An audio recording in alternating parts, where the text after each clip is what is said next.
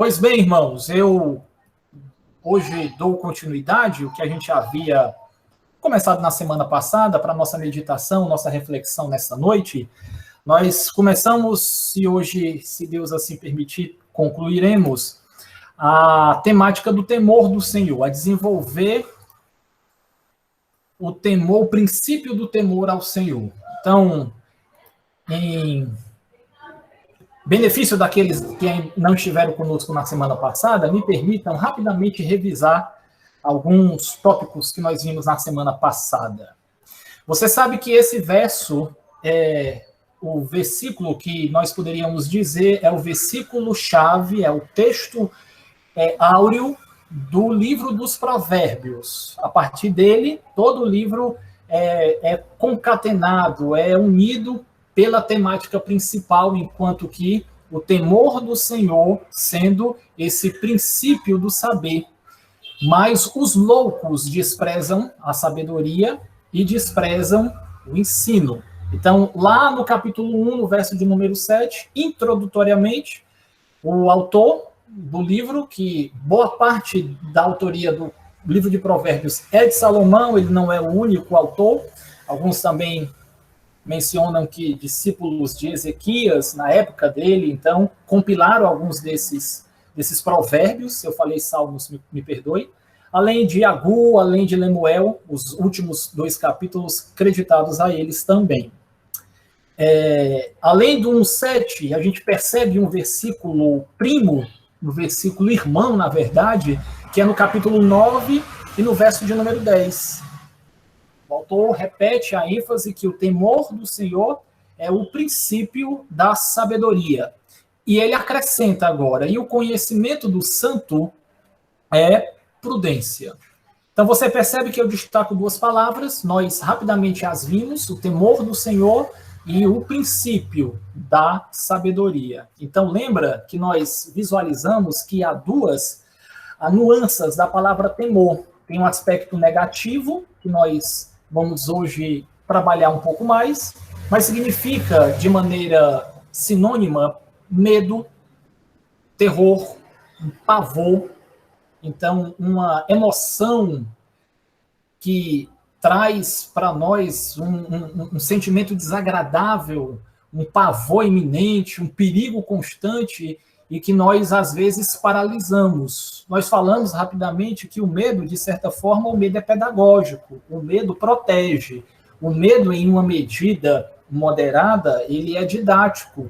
Nós falamos, por conta do medo dessa contaminação, nós estamos nessa quarentena, nesse isolamento, mantemos o distanciamento, estamos agora tendo que ajustar os nossos cultos por causa do medo, desse medo moderado, desse medo que protege, desse medo pedagógico. Agora, quando esse medo ele cresce, ele se avoluma, ele se apodera do nosso coração, ele faz com que nós fiquemos paralisados, esse medo, essa emoção, ela é desagradável, ela é improdutiva e ela chega a ser realmente prejudicial. Então, esse aspecto negativo do temor, a Bíblia não nos incentiva a tê-lo. O contrário, tem um aspecto positivo da palavra temor, que é por cerca de 18 vezes repetido no livro dos Provérbios. Temor alcançou aqui,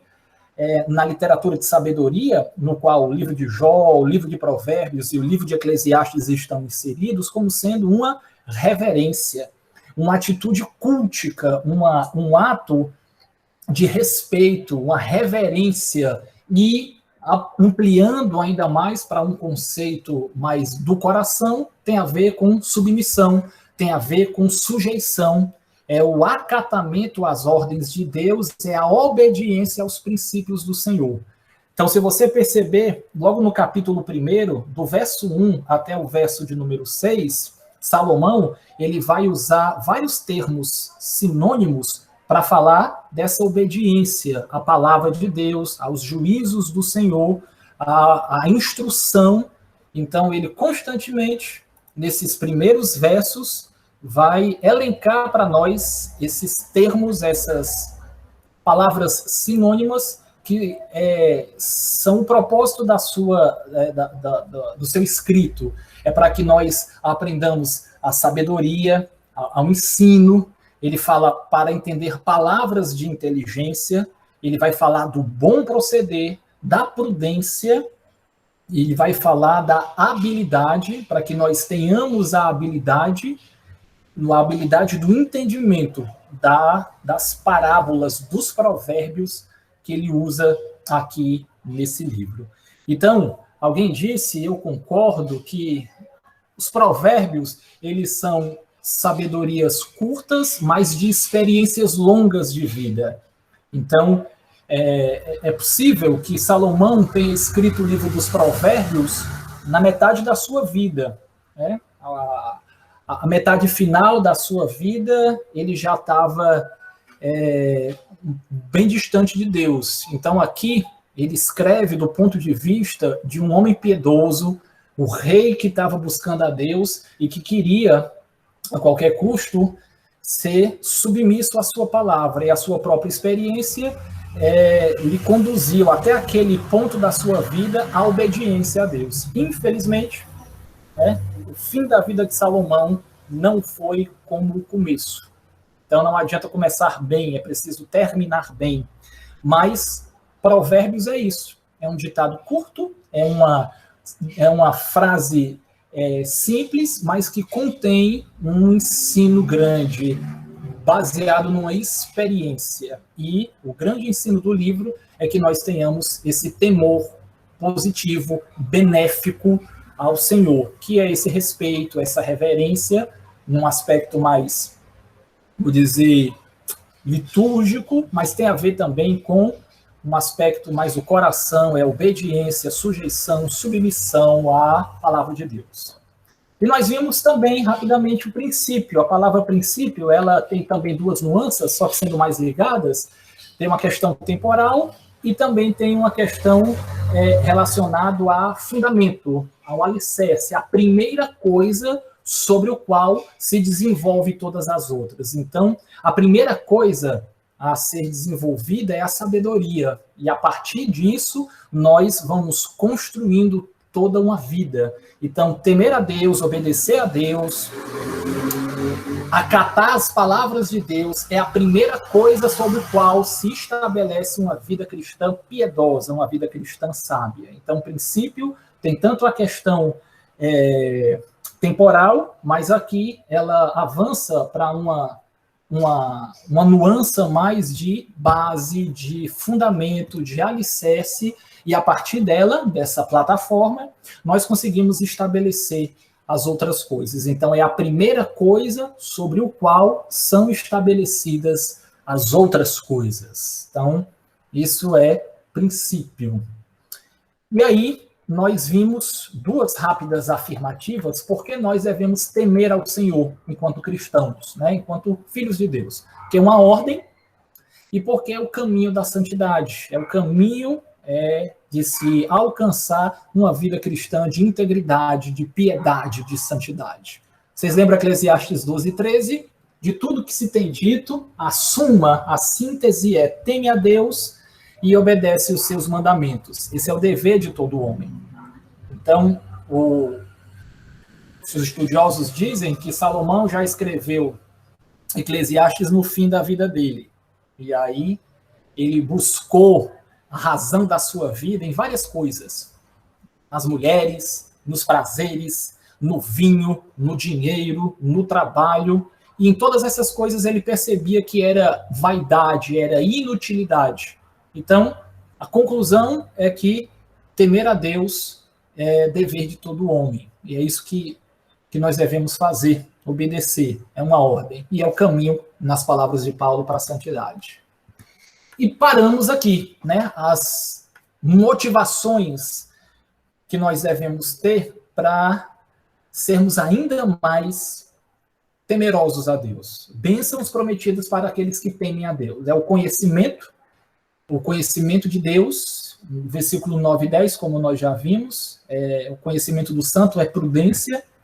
Nós vimos que é orientação para a vida, nos traz discernimento, nos traz não apenas o conhecimento teórico, mas o conhecimento prático, de nós sabermos a aplicabilidade dos princípios. Então, traz orientação para a vida. Vimos uma outra bênção que o temor ao Senhor nos traz, o adiamento da vida, um prolongamento da vida, e amparo, proteção, refúgio. A palavra de Deus diz que aqueles que temem ao Senhor, no Senhor, encontram seu refúgio, sua torre forte, o seu baluarte. E traz para nós uma vida de satisfação, uma vida de contentamento. Traz prazer quando nós entendemos que estamos obedecendo a Deus como filhos que querem agradar os pais. Nós também ficamos satisfeitos ao ver o contentamento do nosso Pai. Então, nós vimos isso tudo na semana passada, e hoje eu queria então visualizar agora motivações também que nos fazem não desenvolver esse temor, ou aspectos prejudiciais do temor. O temor, aquele que nós vimos que é sinônimo de um medo deliberante, de um pavor contagiante, que é também paralisante.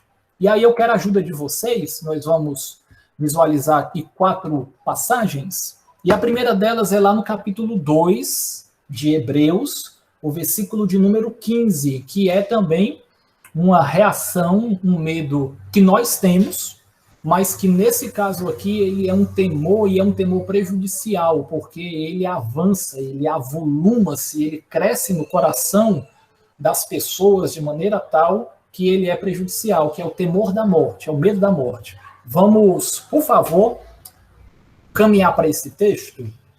Hebreus, capítulo de número 2, o autor desconhecido aos hebreus, que era um pastor, ele vai falar para nós que Jesus Cristo, ele veio para nos livrar do pavor da morte, porque a morte ela causa um pavor, um grande e estupendo medo.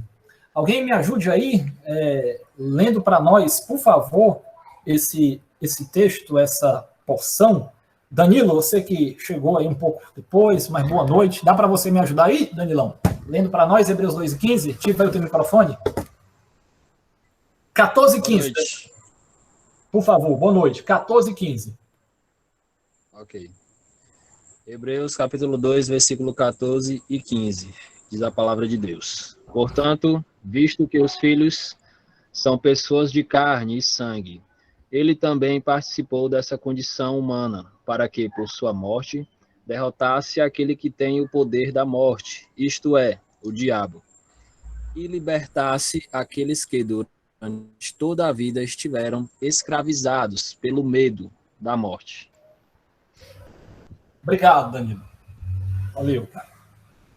Então, eu diria que um dos principais, se não principal temor da raça humana, prejudicial, o temor maléfico, é o medo da morte. O medo da morte escraviza os homens, né? Ele causa esse pavor, ele causa esse medo paralisante, esse medo que não encontra, às vezes, esperança. Então, medo da morte é essa principal emoção e reação humana diante da morte. Nós compartilhamos na semana passada, um pensador disse que 1 minuto de vida, sob quaisquer circunstâncias, ainda é melhor do que vida nenhuma. Porque é a única vida que nós conhecemos. Embora para nós, crentes, nós sabemos das bênçãos que repousam para nós no céu, nós sabemos, né, das grandes benesses que há na vida eterna, ou na vida após a morte, na vida celestial, e mais futuramente falando ainda, né, no estabelecimento definitivo do reino de Deus. Mas mesmo nós, cristãos, crentes, nós temos medo da morte. É uma reação natural, embora às vezes prejudicial, mas por conta de que nós só conhecemos de fato e de verdade, a nossa experiência só nos faz entender que nós conhecemos essa vida aqui. Então, A vida é um bem, o nosso corpo, o nosso físico, a nossa família, o que nós temos desfrutado até aqui é um bem valioso. E, se nós pudermos, nós vamos querer prolongar, adiar a vida aqui terrena. É por isso que a gente vai atrás de remédio, por isso que o irmão Ebenezer está fazendo aí a cirurgia, por conta não só das dores, mas querer uma vida e uma vida de tranquilidade aqui, uma vida de bonança, mas é a vida que até então nós temos pela experiência, que nós temos pelo contato, que nós temos pelo convívio. Agora, o descrente que não tem essa convicção, essa crença e essa fé do céu, então para ele o temor ele é paralisante, o medo da morte é apavorante. E aliado a isso, os homens passam a vida inteira na escravidão desse medo da morte provocado também pelo diabo, que, instrumentalmente falando, é quem tem o poder da morte, né? Então, existem os temores benéficos e existem os temores maléficos, prejudiciais.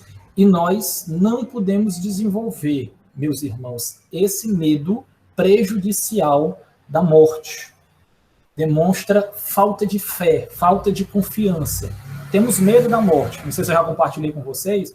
Eu tenho medo do modo de morrer. Tem alguns modos de morte que eu jamais queria experimentar. Acho que todos nós, o que a gente quer? A gente quer dormir e quando a gente acordar e abrir os olhos, a gente já está no céu. Né? A gente não quer passar por doença, a gente não quer passar por acidente, mas eu jamais queria morrer nem queimado e nem afogado. Tenho medo dessas duas realidades de medo de morte. Então, mas não o que nos espera após a morte. Então, esse temor paralisante, apavorante, prejudicial e maléfico da morte, os homens têm, e a Bíblia já diz, por conta da escravidão que esse medo causa, e o diabo se utiliza disso, mas nós temos fé em Deus, de que nós vamos para o céu, de que o Senhor é o nosso Pai, que para nós estão preparadas bênçãos celestiais, então esse medo da morte ele não pode ser nessa categoria paralisante, prejudicial, maléfica e malévola.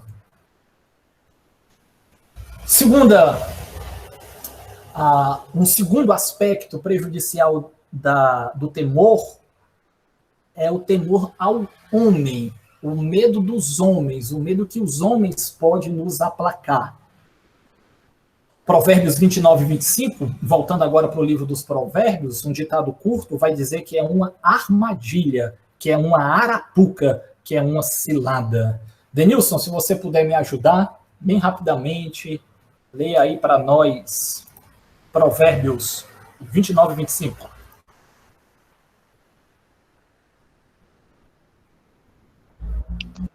O temor do homem armará laços, mas o que confia no Senhor será posto em alto retiro. Gostei, Denilson, dessa sua versão aí.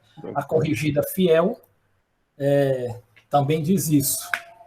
O temor do homem armará laços, mas os que confiam no Senhor serão postos em alto retiro, em alto local, em alto retiro de proteção.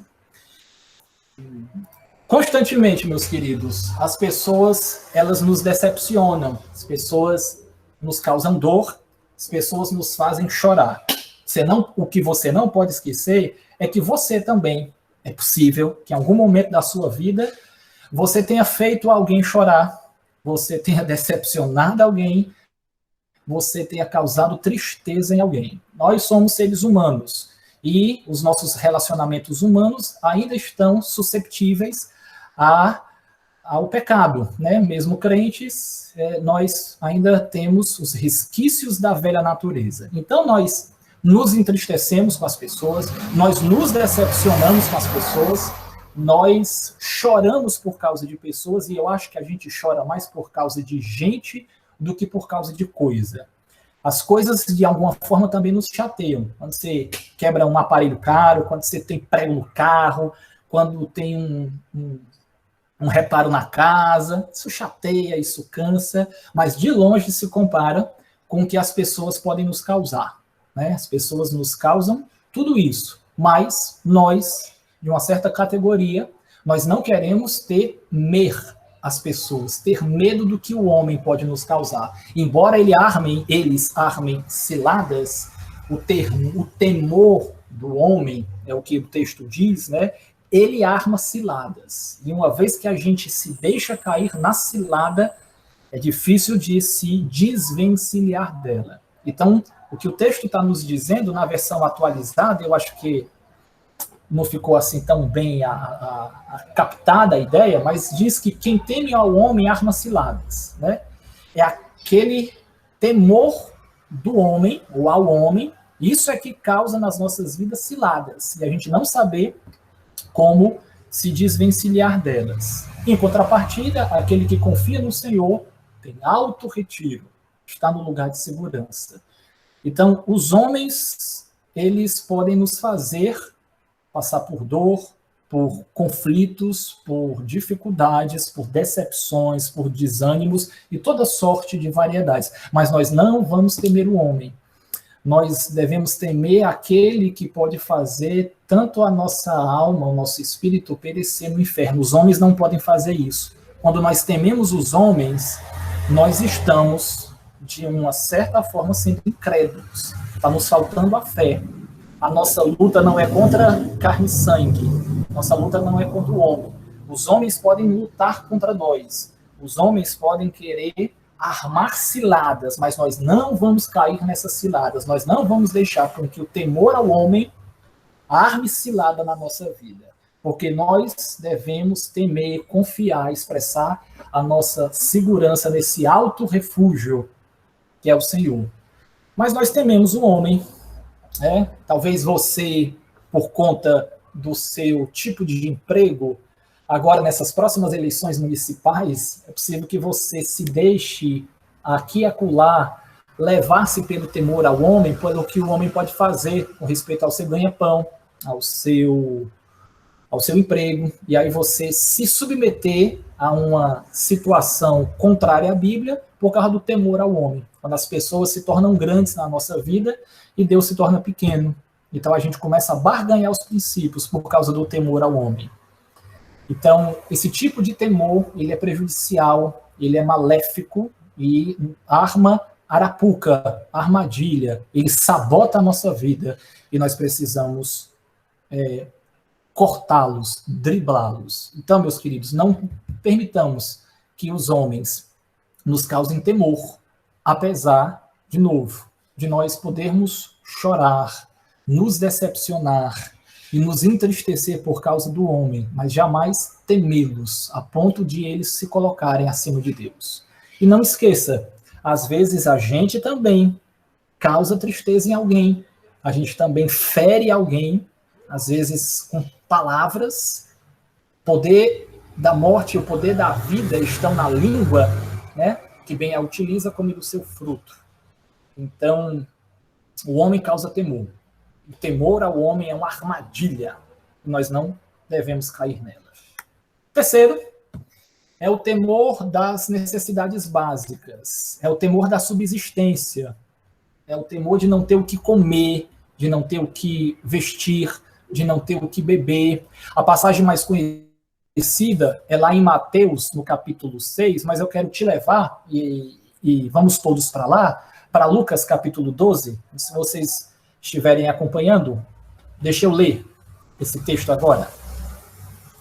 E, na verdade, eu quero ir para o verso 32, mas só para te relembrar, Lucas 12, 22. A passagem paralela no Evangelho de Lucas que fala sobre a ansiedade, né? E a ansiedade como sendo essa característica prejudicial, esse temor desagradável. Lucas 12, 22.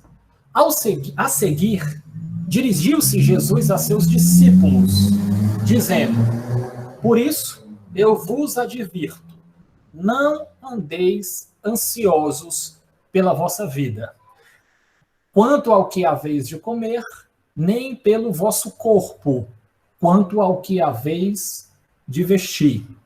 E ele justifica isso, esse imperativo negativo, no verso 23. Porque a vida é maior do que o alimento e o corpo mais do que as vestes.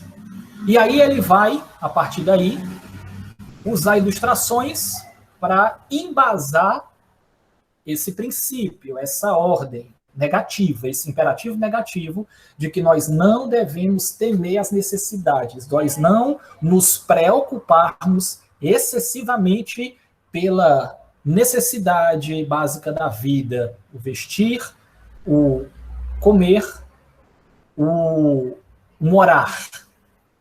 Mas olha aí, o verso 32. Esse verso não tem no texto paralelo, né? Lá de Mateus 6. O 31 nós conhecemos: buscai antes de tudo o seu reino e estas coisas vos serão acrescentadas. Mas olha aí o verso 32. É uma ordem de novo, imperativo e negativo. Não temais, ó pequenino rebanho. Então ele dá a ordem final, é a conclusão aqui de não temer as necessidades. Não temais. E a justificativa é porque o vosso Pai se agradou em dar-vos o seu reino. Então, não devemos, meus queridos, temer as necessidades. Nós não devemos ter esse medo paralisante, esse pavor angustiante, a ponto mesmo de ser prejudicial, porque Deus é o nosso Pai. Ele não tem nos dado só as necessidades da terra. Ele tem nos dado as necessidades espirituais. Ele já tem nos dado o seu reino. O corpo é muito maior do que o alimento, muito maior do que o vestir, é muito maior do que as necessidades básicas. E ele tem nos dado muito maior em consideração, que é o seu próprio reino. Então, as coisas mais básicas da terra, nós não devemos temer.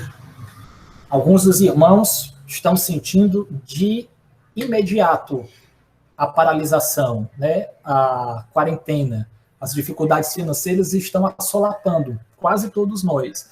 Mesmo isso não vai fazer com que nós andemos ansiosos, com que nós tenhamos um pavor da necessidade. Então, a promessa para nós: nenhum dos seus filhos vai mendigar o pão, nenhum dos seus queridos vai ficar carecido do alimento diário.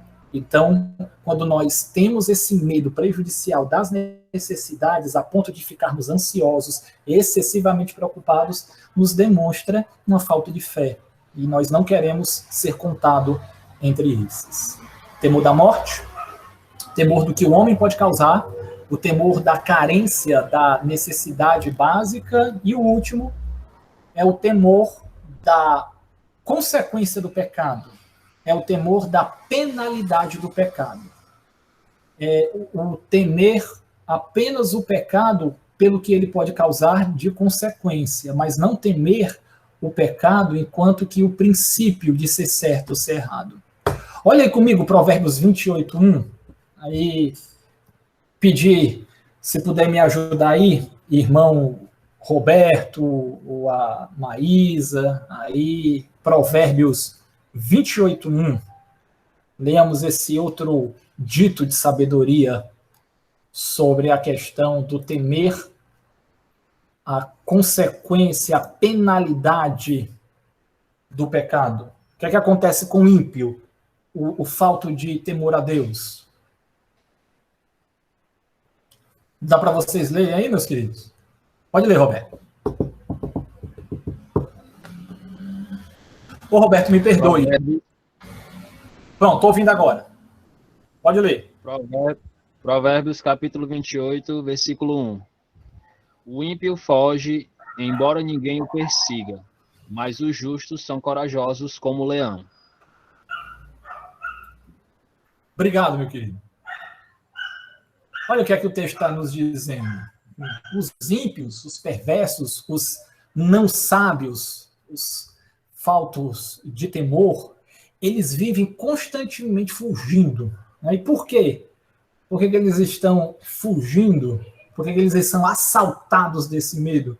Porque esse medo é o resultado, né, da sua própria consciência de que constantemente vão ser punidos por causa do pecado.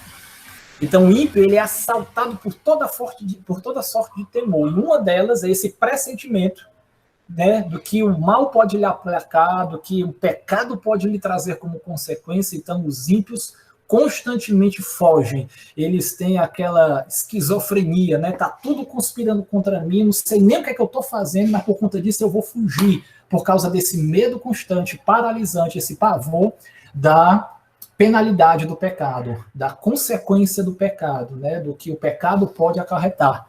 Você lembra que a Bíblia fala para nós desse senso de culpa em alguns homens do passado? Por exemplo, Caim.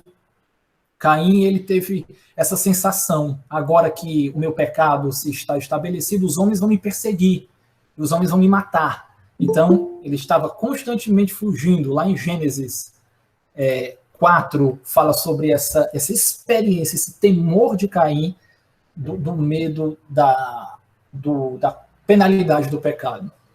Por exemplo, um outro agora no Novo Testamento é o Herodes. O rei Herodes, que mandou matar João Batista, o seu senso de culpa, o medo da penalidade, das consequências do pecado, fez com que ele se sentisse mal, e mesmo não concordando ali com a entrega, ele fez com que a cabeça de João Batista fosse entregue na bandeja, né, para a filha de Herodias. Ele tinha dado a palavra dele, ele estava na presença dos convidados, ele estava na presença de líderes, e ficou com medo do que a sua retração poderia lhe causar. E ele, então, mesmo temeroso, mas mandou entregar a cabeça de João Batista. Então, a Bíblia diz para nós, em outras passagens, que o perverso, ele não tem medo do pecado, mas ele tem medo só da consequência do pecado, que é diferente. Nós devemos temer o pecado, enquanto desagravo à pessoa de Deus, mas não por conta exclusivamente da consequência do pecado. Então, o temor da penalidade, da consequência do pecado, ele demonstra a nossa falta também de percepção, de prioridade, de estabelecimento dos princípios corretos, porque nós não tememos o pecado enquanto pecado, mas nós tememos o pecado pelo que ele pode trazer de consequência, sua penalidade, o que pode acarretar na vida de uma pessoa por conta do pecado. Nós deveríamos também ter esse medo, mas ele não é o fator motivacional, não é a primazia desse receio do pecado, mas o texto diz, né, que os perversos constantemente fogem, mesmo se ninguém os estiver perseguindo, né, por causa do pecado e de suas consequências. Mas nós devemos ser intrépidos, nós devemos ser firmes, devemos ser fortes como o leão. Lembra para mim que a Bíblia dificilmente manda a gente fugir, mas tem pelo menos 2 passagens que fala que nós devemos fugir. Uma em 1 Coríntios e uma lá em 1 Timóteo. Nós devemos fugir da imoralidade e nós devemos fugir das paixões da mocidade. Então, dentro dessas 2 passagens, eu percebo a Bíblia mandando a gente fugir, né, do pecado em si, não das consequências desse pecado. Mas todas as outras coisas, a Bíblia diz que a gente tem que ser ousado, intrépido, a gente deve lutar contra e não fugir, como o texto diz que os perversos fazem. A gente deve lutar contra o pecado, mas tem 2 categorias deles que, por conta da sua sagacidade, a gente deve fugir. A imoralidade, as paixões da mocidade, esses pecados relacionados à questão da sexualidade. Meus queridos, concluindo, então, uma coisa é saber ganhar a vida, outra bem diferente é a gente saber viver a vida. O livro dos Provérbios foi escrito, os provérbios foram nos dados, não para que a gente seja mais inteligente, não para que tenha mais conhecimento intelectual, conhecimento de dados, de fatos, de informações. A Bíblia foi nos dada para que nós tenhamos conhecimento de Deus. Então, uma coisa é saber ganhar a vida, e ganhar a vida é para os inteligentes, né? É inteligente no nosso mundo hoje, está ganhando dinheiro, né? Por causa dessa pandemia aí, tem de gente perdendo dinheiro, também tem muita gente inteligente ganhando dinheiro, às vezes, de maneira escusa. Mas a Bíblia, o livro dos Provérbios, não destacam a inteligência, eles destacam a sabedoria. Outra coisa bem diferente é a gente saber viver a vida. E viver a vida de uma perspectiva bíblica, de um ponto de vista de Deus. Isso é sabedoria.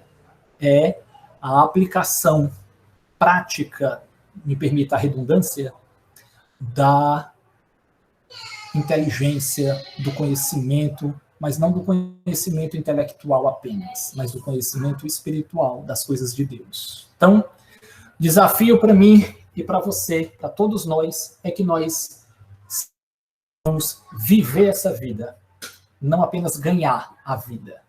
Nós não queremos ser inteligentes, embora não descartemos o estudo, viu? A escolaridade, ela é bem-vinda, mas é a sabedoria, a nossa visão final, e o temor do Senhor é essa primeira coisa, é esse primeiro alicerce da sabedoria. Que Deus abençoe a todos e cada um de nós. Amém ou misericórdia?